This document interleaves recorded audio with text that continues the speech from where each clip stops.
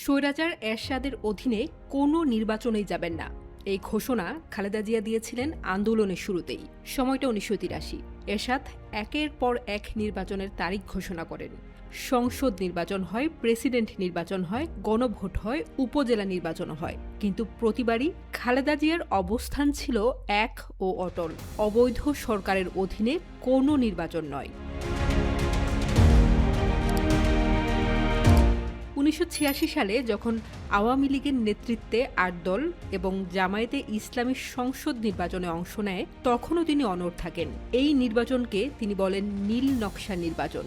আর 1988 সালের নির্বাচনকে আখ্যা দেন শতাব্দীর জঘন্যতম প্রহসন হিসেবে। বিদেশি সাংবাদিকদের কাছেও সেসব নির্বাচন পরিচিত ছিল গণতন্ত্রের ট্র্যাজেডি নামে। স্বৈরাচারের শেষ দিন পর্যন্ত খালেদা জিয়া তার সিদ্ধান্ত থেকে এক চুলও নড়েননি। তিনি স্পষ্ট করে বলেছিলেন, নির্দলীয় নিরপেক্ষ সরকারের অধীনেই কেবল তিনি নির্বাচনে যাবেন। অবশেষে ইতিহাস সেই দাবির পক্ষে দাঁড়ায়। 1990 সালের ডিসেম্বর। 4 ডিসেম্বর শুরু হয় তীব্র গণ অভ্যুত্থান। 6 ডিসেম্বর গণজোয়ারের মুখে স্বৈরাচার এরশাদ পদত্যাগে বাধ্য হন। ক্ষমতায় আসেন 3 জোট ও অন্যান্য রাজনৈতিক দলের সম্মতিক্রমে গঠিত নিরপেক্ষ সরকার। অস্থায়ী রাষ্ট্রপতি হন বিচারপতি শাহাবুদ্দিন আহমদ। ঘোষণা আসে 27 ফেব্রুয়ারি 1991 সার্বভৌম সংসদের নির্বাচন। দীর্ঘ 9 বছর পর প্রথমবারের মতো মুক্ত রাজনৈতিক পরিবেশে খালেদা জিয়া ঘোষণা দেন তিনি নির্বাচনে অংশ নেবেন। সেদিন থেকেই শুরু হয় এক ব্যতিক্রমী নির্বাচনী যাত্রা, যা বাংলাদেশের রাজনৈতিক ইতিহাসে বিরল। ধানের শীষ প্রতীক নিয়ে তিনি মাঠে নামেন। জানুয়ারি ও ফেব্রুয়ারি এ দুটি মাস তিনি কার্যত চষে বেড়ান পুরো বাংলাদেশ। দিন রাত ঘুম খাওয়া ভুলে চলতে থাকে তার প্রচারাভিযান। এটি ছিল কেবল একটি নির্বাচন নয়, যেন দীর্ঘ স্বৈরাচার বিরোধী সংগ্রামের চূড়ান্ত পর্ব। এই যাত্রা শুরু হয় সিলেটে হজরত শাহজালালের মাজার জিয়ারতের মধ্য দিয়ে। সেখান থেকে উত্তরবঙ্গ, তারপর দক্ষিণবঙ্গ, পূর্ববঙ্গ ও পশ্চিমবঙ্গ। একের পর এক জনসভা, পথসভা, গ্রাম, শহর।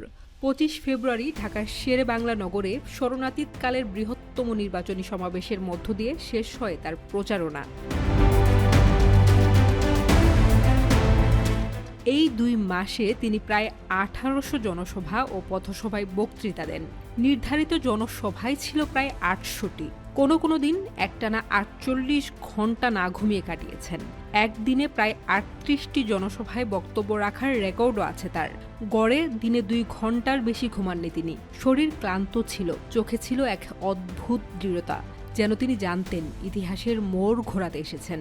নির্বাচনী অঙ্গীকারে তিনি স্পষ্ট ছিলেন। কর্মসংস্থানের কথা বলেন, দুর্নীতিমুক্ত সমাজ গড়ার কথা বলেন। 25 বিঘা পর্যন্ত কৃষি জমির খাজনা মওকুফ, 5,000 টাকা পর্যন্ত কৃষি ঋণ মওকুফ, সস্তায় কৃষি উপকরণ, ফসলের ন্যায্য মূল্য, দিনমজুর ও শ্রমিকদের অবস্থার উন্নয়ন, চাকরির বয়সসীমা 30 বছরে উন্নীত করার অঙ্গীকার করেন। টেলিভিশন বক্তব্যে তিনি বলেন, ধানের শীষ শুধু একটি প্রতীক নয়, এটি সমৃদ্ধির প্রতীক, অন্যের প্রতীক, ভালোবাসার প্রতীক। বাংলাদেশ ধানের দেশ, গানের দেশ, প্রাণের দেশ। নির্বাচনে ধানের শীষে ভোট দিন। এছাড়াও তিনি নারী ও শিশুদের নিয়ে দারুণভাবে কথা বলেন। অনেক পর্যবেক্ষকদের মতে এই একটি টেলিভিশন ভাষণই অন্তত 10% ভোট ধানের শীষের দিকে ঘুরিয়ে দেয়। বিশেষ করে নারীদের মধ্যে যে ব্যাপক সাড়া দেখা যায় তা ছিল অভূতপূর্ব। 1991 সালের নির্বাচনে নারী ভোটারদের বড় অংশ খালেদা জিয়ার পক্ষে যায়। সবচেয়ে বিস্ময়কর বিষয়, এই বিশাল নির্বাচনী যাত্রার আগে তার কোনো নির্বাচনী অভিজ্ঞতা ছিল না, কিন্তু সংগ্রাম, ত্যাগ আর মানুষের সঙ্গে সরাসরি সংযোগ তাকে গড়ে তুলেছিল এক অনন্য রাজনৈতিক নেতৃত্বে। 1991 সালের সে নির্বাচন শুধু একটি ক্ষমতা বদলের ঘটনা ছিল না, এটি ছিল স্বৈরাচার বিরোধী দীর্ঘ লড়াইয়ের গণতান্ত্রিক পরিণতি, যার কেন্দ্রে ছিলেন বেগম খালেদা জিয়া।